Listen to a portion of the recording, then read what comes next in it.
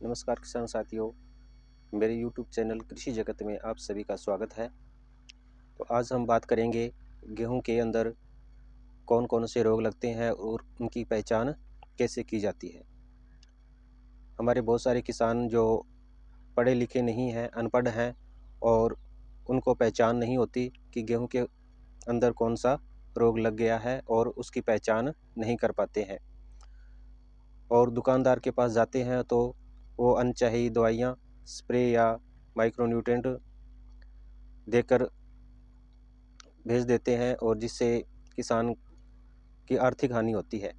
तो इसी आर्थिक हानि को बचाने के लिए आज मैं बताऊंगा आपको कि पौधों के अंदर इन पोषक तत्वों की पहचान, जो कमी हो गई है पोषक तत्वों की, उनकी पहचान कैसे की जाए।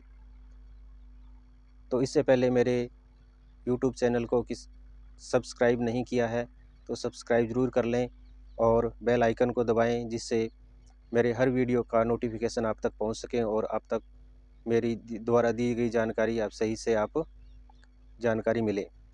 दोस्तों, हम बात करेंगे जिंक और सल्फ़र, बोरॉन, मैग्नीशियम और बोरॉन की कमी अगर गेहूं की फसल में हो गई है तो उनको हम कैसे पहचानें। दोस्तों, हम बात करेंगे जिंक के। गेहूं के अंदर कमी हो गई है तो हमारी फसल किस प्रकार दिखाई देगी। दोस्तों, अगर हमारी फसल के अंदर जिंक की कमी हो गई है तो जिंक की कमी से गेहूं के पौधों जो कहीं छोटे कहीं बड़े देखने को मिलते हैं तथा गेहूं के पौधों में पीलापन दिखाई देता है। गेहूं के पौधों में हरापन नहीं दिखाई देता है। दोस्तों, जिस खेत में हम गन्ने की खेती करते हैं या धान की खेती करते हैं या गेहूं की अधिक खेती कर रहे हैं तो उसी खेत में जिंक की कमी होती है। दोस्तों, ऐसे खेत में एक साल में एक बार जिंक डालनी चाहिए, जिससे कि मिट्टी की उर्वरा बनी रहे, जिससे फसल के अंदर जिंक की कमी नहीं आती है। और दोस्तों, हम बात कर रहे हैं गेहूं की फसल के बारे में। जिंक सल्फेट का उपयोग पहले पानी से पहले आप छिड़काव कर सकते हैं खेत के अंदर और उसके बाद आप सिंचाई कर सकते हैं।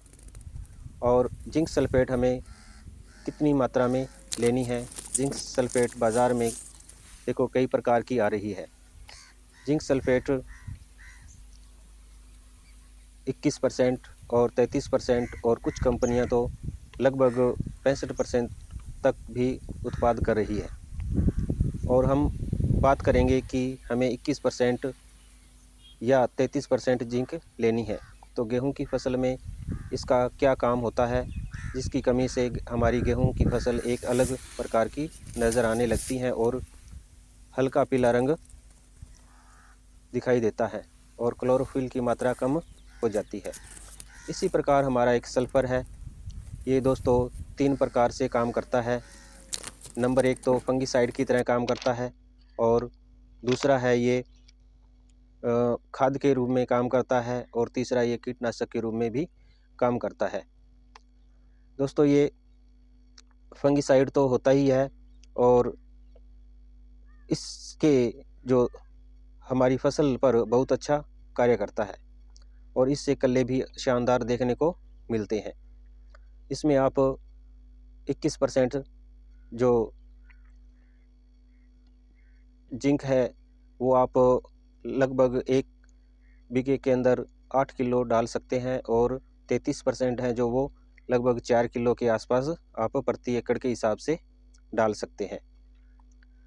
इसके साथ साथ आप दोस्तों हमारे खेत के अंदर बोरोन की कमी हो जाती है और बोरोन की कमी होने के क्या पहचान है पौधों के अंदर, पौधा किस प्रकार का हमें दिखाई देगा तो हम पहचान सकते हैं कि बोरोन की कमी है।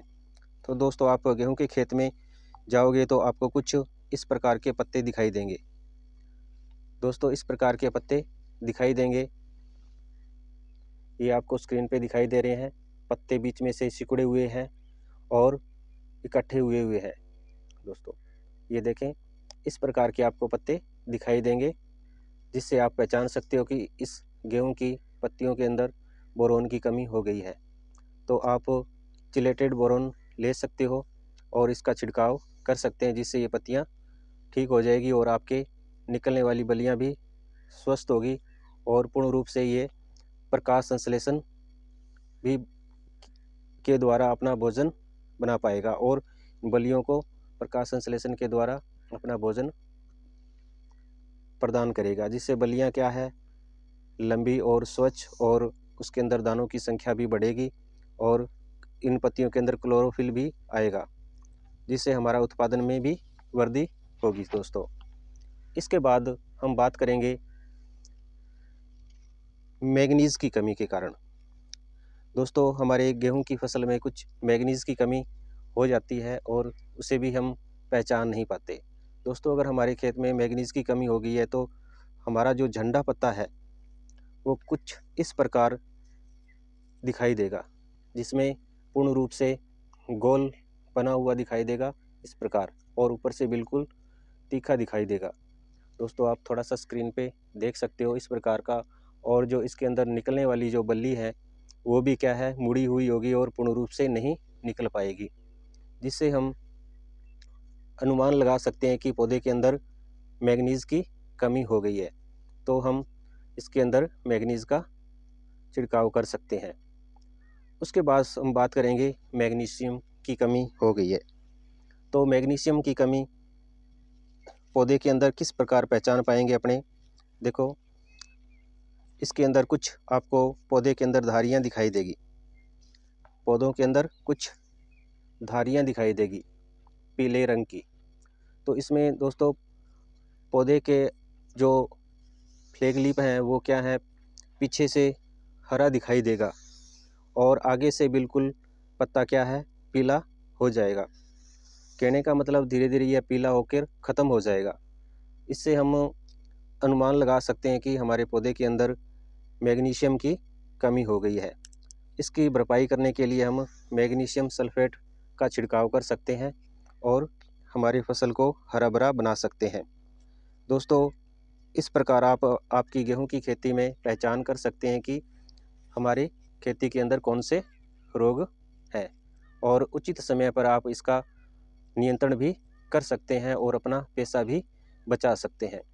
तो दोस्तों, मेरे द्वारा दी गई जानकारी आपको कैसे लगी? अगर आपको अच्छी लगी है तो इसे लाइक, शेयर